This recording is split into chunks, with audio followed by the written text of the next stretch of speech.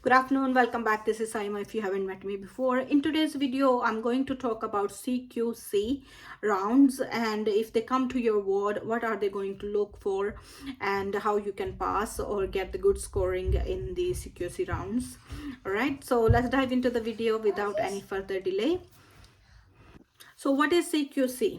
Care Quality Commission. All the hospital, all the care home, nursing homes, they need to adhere to their policy and to their guidelines in order to serve the people, in order to stay in the place that they are. So there shouldn't be any problems. There shouldn't be any safeguarding concerns in terms of the services that they provide. There shouldn't be any problems causing trouble for the people instead of caring for the people. So CQC, they do random rounds, and they come to the hospitals, they come to each ward, and they do the random checks, and if you pass, well and good. If you don't, they may close your hospital, they may close your clinic or nursing home or a care home. So each area has different requirement from for the CQC, and when the CQC come, the team, one or two members or three members of the team from the Care Quality Commission, they come to your area and they do the inspection. So they look for random things. For example, they look for the oxygen, if it's available, and oxygen points if they are readily available to the patient, call bells, how you provide that service, suctioning if they're working, crash trolley, if emergency happens, how quick you can go get the crash trolley. They also look for the overall cleanliness of the ward. They also look for your oxygen cylinders and all the things you can think of. All right, according to your department. For example, I'll tell you about general medicines. They'll ask you what kind of patients you have. They can ask any member of the staff, whether you are a nurse, healthcare support worker, cleaner. They can ask you random questions. What kind of patients you have, what is their diagnosis, and what do you do, what is your specialty. So this is general medicine ward. And what is the patient criteria to reside in this ward. They can ask any questions to anybody, right? They also check the overall performance of the staff. They go to each person of the team, and they ask them questions about the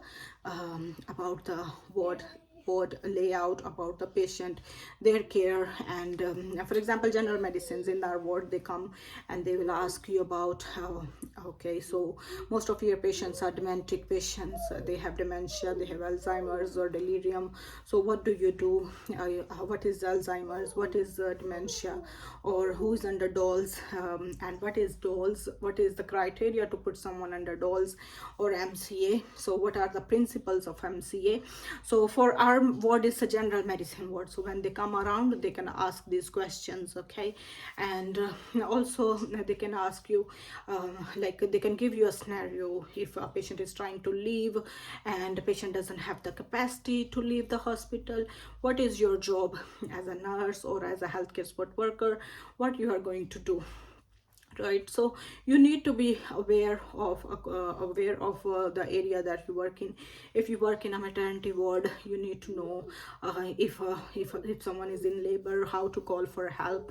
Same in general medicine. If someone is having if someone is not in a good condition, overall they're not looking all right, so what is the quickest way for you to get some help? How do you call the doctor? Okay, so they can ask, even if you are a cleaner, even if you are a healthcare support worker, they can ask you your question. They also check the overall look of the staff. For example, their hair are tied up, they are wearing their ID, they are wearing their uniform and their shoes, and they're looking like a professional. Okay, they're not like wearing random color of shoes or like bright color of uniform or something like that. So overall performance, overall look of the staff also they observe. So you need to adhere to the hospital uniform guidelines and stay with them, right? So when they come, when the round is due, usually you will get notified by your senior members of the team by your matrons or your senior matrons. They let you know that be prepared, and even if they don't let you know, it's your responsibility. You need to check the fridge every day for the temperature, because we keep the medications, temperature controlled medications like insulins, we keep them there. So we need to keep recording the temperature of the fridge. We need to check the CD checks. We need to do the CD checks. They can also check your CD book just to see if the CD check was up to date and they were doing it regularly.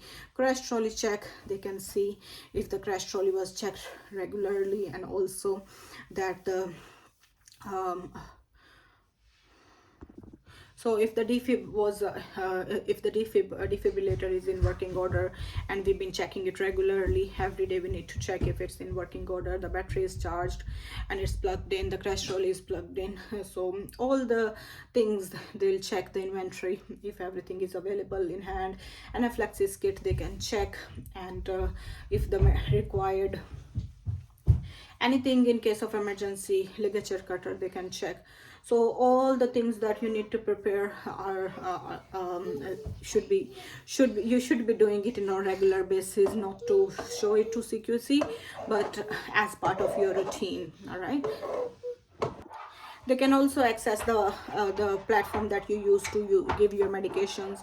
For example, if you use the paper version of the treatment chart, the medication chart, they can see that one, and they can also look for errors. Okay, but if you use the digital one, they can also see that one, and they can ask you questions about that.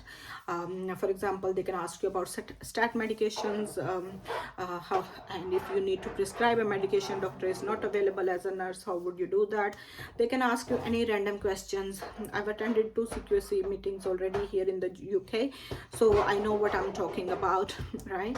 So it depends on each area where you work. Now, according to your area, they are going to ask you questions, but in general, all the checks they do. Okay, in general. The other one, as I mentioned, the oxygen, the crash trolley, the CD checks, all those ones in random, all the checks they check, and then they give you rating afterwards.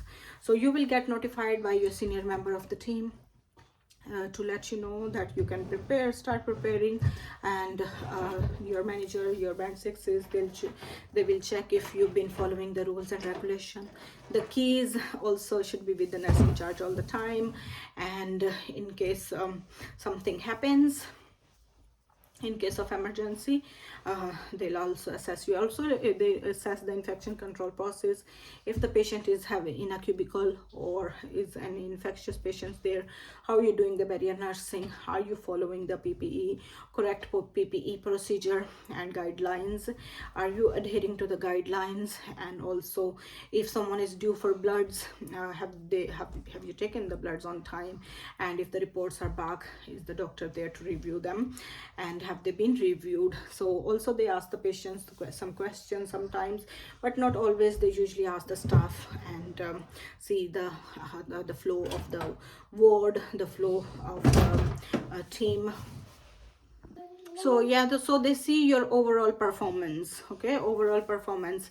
So if there is any safeguarding concerns, for example, the oxygen on the patient bedside was not working, or the suction on the patient bedside was not working when they come.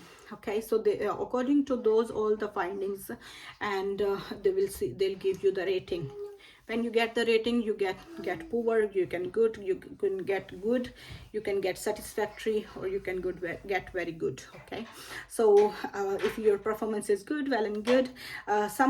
When they go to the nursing home or care homes, if they find like too many mistakes there, or safeguarding concerns, or the nurses were not up to date with their licenses, or their license was expired, or they couldn't do the CPDs, or the oxygen was not available, or the crash trolley was not available. So these are the safeguarding concerns. So if something happens to the patient, there would be no one to look after those patients, or there will be no one to give emergency care to the patient, or I'm just giving an example. So in that case, if they are not happy with your services and you get the poor quality service, they can close the nursing home, they can close the care home. All right, so in order to stay up to date, in order to get a good reading, you need to stay up to date with it, with rules, regulation and guidelines, right? And all the hospitals, all the nursing homes, they need to follow those ones. And when they come for a round, you as a nurse, you as a healthcare support worker, you as a nurse in charge also need to adhere to the requirement and be careful, be mindful of your surroundings. I know some people, they come to work, they do their job and go home and nothing, like they don't interfere, or they don't work as a team, they don't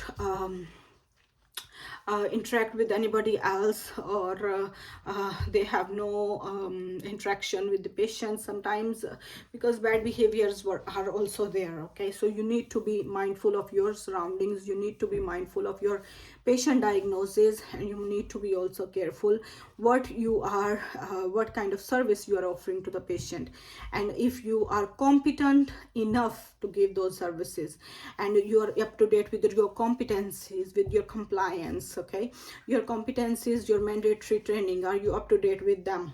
So they can check also the compliance of the staff, and also the competency level of the staff, right?